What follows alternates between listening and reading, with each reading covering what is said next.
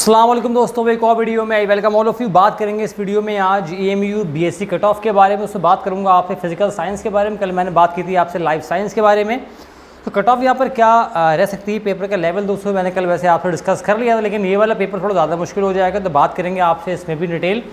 Subscribe नहीं किया तो प्लीज़ करें, बेल आइकन दबाएं ताकि ऐसी वीडियो आप तक टाइम पर लगातार पहुँचती है। दोस्तों इनको नोट्स आएंगे 2025 के लिए बेस्ट नोट्स प्रोवाइड करवा दूंगा आपको। आपने सही से पढ़ लिए तो आपका मेरे नोट से ही टेस्ट बड़े आराम के साथ निकल जाएगा। लेकिन एक कंडीशन है, बच्चा मेहनती होना चाहिए, लगन होनी चाहिए, पढ़ने वाला होना चाहिए। मेरे नोट्स आपके 100% हेल्प करेंगे, लेकिन ध्यान रहे फ्री में नोट्स आपको नहीं मिलेंगे, आपको बहुत ही मामूली अमाउंट उसके लिए पे ज़रूर करना पड़ेगा। दोस्तों बात कर लेते हैं पेपर के बारे में। तो पेपर इसमें आपको PCM और E करना होता है। दोस्तों ये वाला पेपर PCB E से मुश्किल होता है, क्योंकि यहाँ पर सॉल्व करने वाला पार्ट बहुत ज़्यादा होता है। और दोस्तों इसके अंदर सबसे ज़्यादा जो आपका स्कोरिंग पार्ट होता है वो होती है इंग्लिश, लेकिन वो इस पेपर में काफ़ी ज़्यादा मुश्किल आई थी। बच्चों से इंग्लिश ली भी नहीं होगी। जो बच्चा अपनी मेहनत से जो है 10-11 नंबर भी उसने अपने मेहनत से कर लिए होंगे ना, उस बच्चे की इंग्लिश ठीक ठाक है, बिना तुक्का मारे बात करूँगा। उसके बाद नेक्स्ट दोस्तों जो आपके स्कोरिंग वाला पार्ट था इसके अंदर वो केमिस्ट्री था। केमिस्ट्री आप जानते हैं काफ़ी पढ़ना होती है, अलग बात है थ्योरी के सवाल उसमें थे लगभग 17-18, लेकिन वहाँ पे पढ़ना होता है आपको डिटेल में, जब भी आप थ्योरी कर पाए। तो ऐसा नहीं कि थ्योरी में तुक्का मार दो, तुक्का तो आप किसी भी मार दो, लेकिन सवाल सही भी करना होता है। तो ये वाला पार्ट भी स्कोरिंग तो होता है, लेकिन आपको काफ़ी गहराई में जाकर पढ़ना पड़ता है। जब आप आराम से 25 में से 15 नंबर 20-25 मिनट के अंदर आप निकाल सकते हो, बल्कि और कम में भी आप निकाल सकते हो। तो ये पार्ट लेकिन अगेन इतना आसान नहीं होता, कहना आसान होता है दोस्तों, करना काफ़ी मुश्किल होता है दोस्तों। उसके बाद दोनों पार्ट बचे। फिजिक्स वाला पार्ट लगभग 20 न्यूमेरिकल थे, वो मुश्किल पार्ट था। टाइम टेकिंग वाला पार्ट था, बहुत सारे बच्चे बहुत ज़्यादा सवाल उसके अंदर नहीं जो है वो कर पाए होंगे दोस्तों। लास्ट पार्ट मैथमेटिक्स था। सारा जानते हैं मैथमेटिक्स तो सारे सॉल्व करने की होती है। 3-4 सवाल ज़रूर आपको ऐसे आ जाते होंगे, 4-5 सवाल जो आप बहुत कम टाइम में सॉल्व कर पाओगे। उसके अलावा आपको सारी सॉल्व भी करना पड़ती है, और एग्ज़ाम का प्रेशर हम सब जानते हैं। 2 घंटे एग्ज़ाम में कैसे गए होंगे ये आपने ज़रूर देख लिया होगा एग्ज़ाम देने के बाद। सो ये पेपर अगर मैं अपने नोट्स के बेस पे जज करूँ कि मैंने मैथ्स के नोट्स तो नहीं दिए थे इस बार मैथ के भी दूंगा। सो PCE में दोस्तों मैंने दिया था, और PCE में से दोस्तों इसके अंदर आपको आराम से 50 आउट ऑफ 75 50 से 55 बल्कि 55 मार्क्स दोस्तों यहाँ पर आराम से आपको आ गया था। लेकिन 55 नंबर आ तो गया था, लेकिन नोट्स ठीक ठाक होते हैं तो पढ़ना पड़ता है गहराई में, जब भी आप इतने नंबर स्कोर कर पाते। लेकिन हाँ इसमें 55 मार्क्स तक का दोस्तों आराम से आ गया था। इस बार मैथ्स के भी आपको दूंगा, तो इस बार मुझे पूरी उम्मीद है 80+ का जो है वो आएगा, लेकिन मेहनत आपको ज़रूर करना होगी, इस बात का ख्याल रखें। तो कट ऑफ के बारे में दोस्तों बात कर लेते हैं। तो यहाँ पर जो है सबसे ज़्यादा जो मेन सब्जेक्ट बच्चों का रहता है दोस्तों वो है आपका, यहाँ पर दोस्तों ध्यान रहे तो 6 सब्जेक्ट हैं, टोटल सीट्स हैं 720 मेल फीमेल दोनों मिला के। दोस्तों ये सबसे जो ज़्यादा डिमांड वाले सब्जेक्ट हैं यहाँ पर वो है आपका CS या CA कह लें आप, उसको कंप्यूटर एप्लीकेशन कह लें। फिज़िक्स है दोस्तों, मैथमेटिक्स है, इंडस्ट्रियल केमिस्ट्री है। दोस्तों ये जो आपके 5 सब्जेक्ट हैं ये काफ़ी डिमांड वाले सब्जेक्ट हैं। जियोलॉजी सबका नंबर सबसे लास्ट में आने वाला है।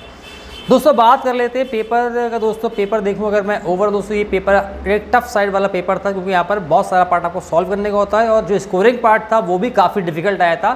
तो ये एक और आपको जो है it was another nail in your coffin. तो ये दोस्तों मुश्किल पार्ट था, इसलिए इस पेपर को आसान बिल्कुल भी नहीं कहा जा सकता है। तो कट ऑफ यहाँ पर बहुत ऊँची तो नहीं रहने वाली है दोस्तों। एक्सटर्नल लेकिन इसमें एक बात ये भी है, जैसे बच्चे जो है ना JEE वाले बच्चे काफ़ी आते हैं जो कि आपकी इंजीनियरिंग की तैयारी कर रहे होते हैं, तो वो मैथमेटिक्स में अपने ये है कि 25 में से आराम से 12-13-14 सवाल वो मतलब कर सकते हैं। और वो दोस्तों मतलब फिजिक्स में भी 10-12 सवाल कर सकते हैं, केमिस्ट्री में 12-13 सवाल कर सकते हैं, और इंग्लिश में भी दोस्तों मिला के आराम से 8-10 सवाल का था वो पेपर। तो आराम से वो 40 के ऊपर जो है वो आराम से निकल सकते हैं। लेकिन अगेन कहना आसान होता है, करना फिर मुश्किल होता है। लेकिन हाँ जो बच्चे प्रॉपरली पढ़े होंगे, इंजीनियरिंग की तैयारी की होगी 4-5 महीना 6 महीना, तो वो आराम से मुझे उम्मीद है कि 45 के राउंड स्कोर कर गए होंगे। लेकिन ऐसे बच्चे बहुत कम होंगे। दोस्तों कट ऑफ के बारे में बात कर लेते हैं दोस्तों आपके।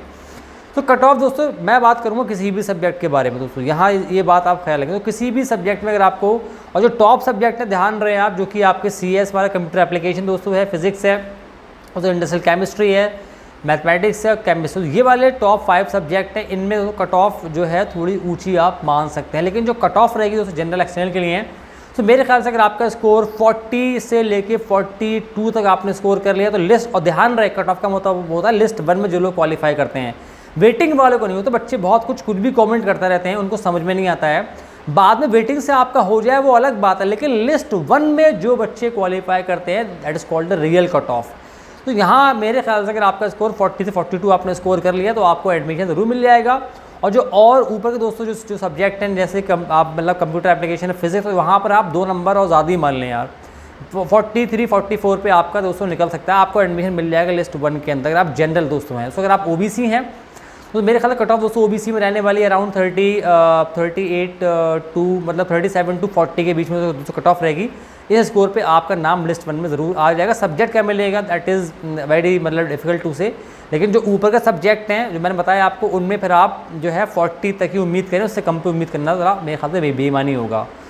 दोस्तों बात उसके बाद अगर आप SC ST में दोस्तों अगर आप आ रहे हैं तो अगर आपका स्कोर में भी 30 आपने स्कोर कर लिया, 32 33 आप 30 से लेकर 32 आपने स्कोर कर लिया है, तो लिस्ट 1 में इन माई ओपिनियन आपका नाम ज़रूर आ जाएगा।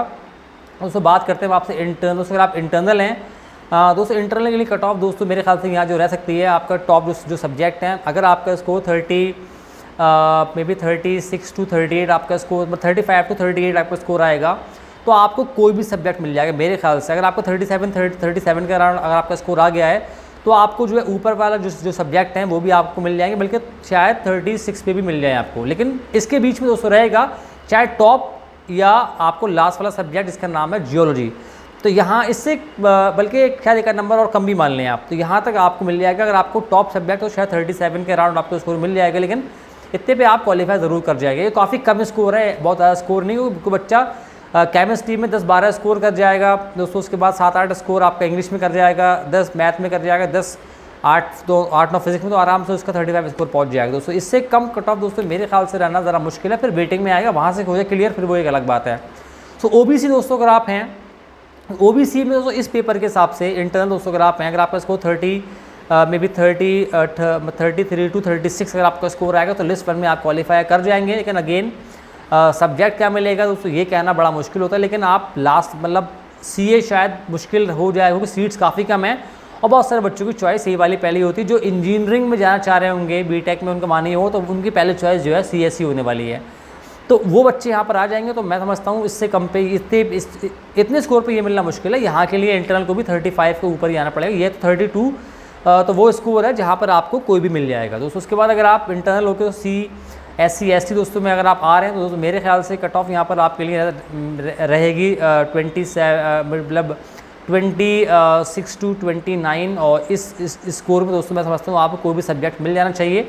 लेकिन अगेन जो ऊपर वाला एंड दोस्तों वो फिर आप जो टॉप सब्जेक्ट है उसके लिए मान लें, और 26 में 27 पे आपको जियोलॉजी है या आपका इंडस्ट्रियल केमिस्ट्री है, मैथमेटिक्स है, ये सब्जेक्ट पे आप या केमिस्ट्री है यहाँ पर आप दोस्तों आपको मिल सकती है। तो ये अगेन मैं बता रहा हूँ आपको लिस्ट 1 की बात कर रहा हूँ, जो लिस्ट 1 में क्वालिफाई करेंगे। वेटिंग वालों की बात मैं नहीं कर रहा हूँ, फिर वो अलग दोस्तों कहानी है, उसके बारे में बाद में बात करेंगे दोस्तों। ये था आपके लिए एक मेरा गैस। 90% केस में दोस्तों उम्मीद है यही कट ऑफ बैठने वाली है, बाकी 10% केस में ज़रा बहुत ऊपर नीचे हो सकता है, तो इस बात का खास ख्याल रखें आप। मिलूंगा आपसे अगली वीडियो में। खुदा हाफिज़।